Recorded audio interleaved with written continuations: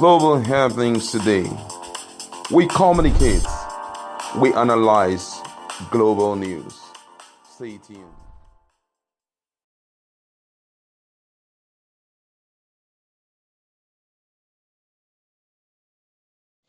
Hello, beautiful people. Welcome to Global Happiness today.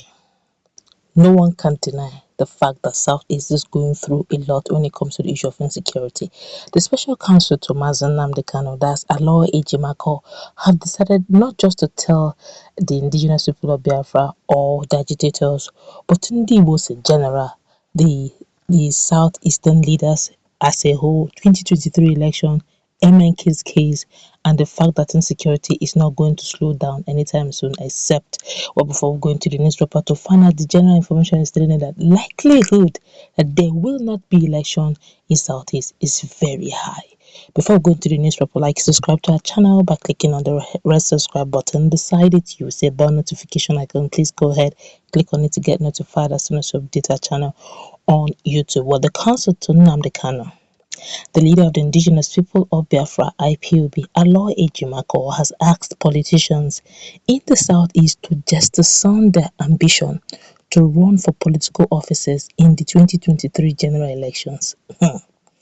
Ejimakor, in a tweet on his verified Twitter handle, urged citizens of the geopolitical zone, that southeast, to focus on restoring peace in the region.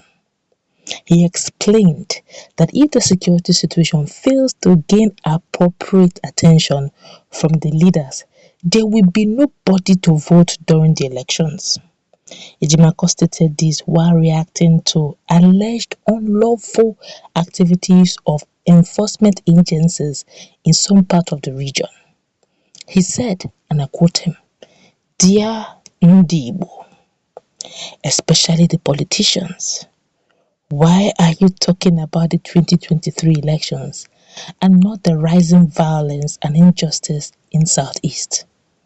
Plus, the militarization of the Southeast?" He's asking, who will vote for you? He's also asking them, the thousands that are either in jail or already dead. He's also asking MNK, Mazi Nnamdi Kanu. Mazi Nnamdi Kanu, MNK. Now, for better understanding, already the likes of Governor Hope Uzodinma is already pleading for them to fear God, talking about the issue of UGM. Look at what happened to Professor George Obiozor's home country till today. That home still remains burnt. If they can bring down the home country of George Obiozor, if UGM can bring down the husband of the late Akuyili, and thousands, and if not hundreds, of people who we do not know, who we know, kidnapped, maimed, dead, maybe in prison. If they said sit at home, and the government of the day in Southeast says go to work, go to your various businesses, no one adheres to the government's voice. They have threatened sanctions, they have threatened that they will lose their jobs, yet no one obeys that call. Tricycle riders, that's keke napep, none of them come. Most of them that come out in street areas, not major roads. A lot of places, except for the cities, for capital cities like Owerri, if you go to the hinterland, go to the home areas, villages, suburbs, nobody comes out. They just stroll from street to street.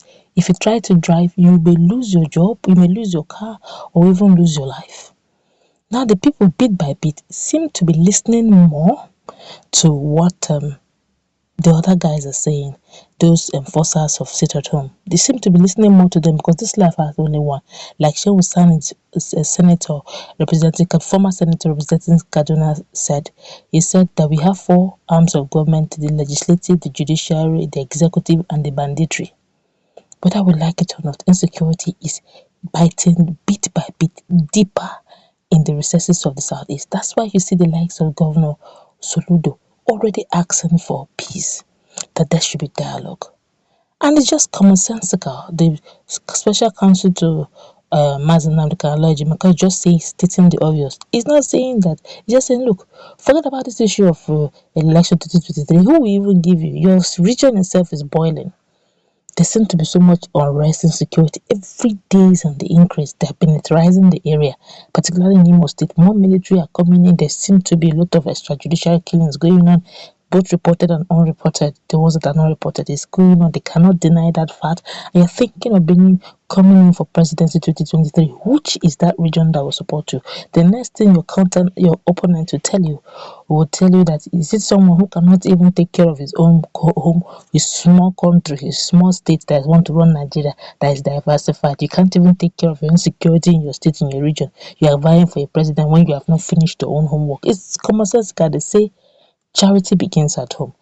That same issue that is going on in your state, in your region, may be used against you for your campaign. Since you, and at the end of the day, you don't get it right, your region is boiling, you have not done anything. Look, the best people that will vote you in are still your brothers. If your brothers don't even believe in you, they are already working against your governance. They're working against, trying to create anarchy because they're making a statement. They're crying out. You're not listening to their voices. And you think that when you come for the issue of presidency, they will say, at least in my own region, I gathered the enough vote. That's where I got my strength. How are you so sure that even in your region there will be election, or even if there's election, how are you so sure that your region they will vote for you? Quite a lot of people have gone down over this matter. It's just common sense, guy, just telling them, not because he's a lawyer, he's only saying, why not look homewards? Charity, they say, begins at home. Look inwards, look homewards.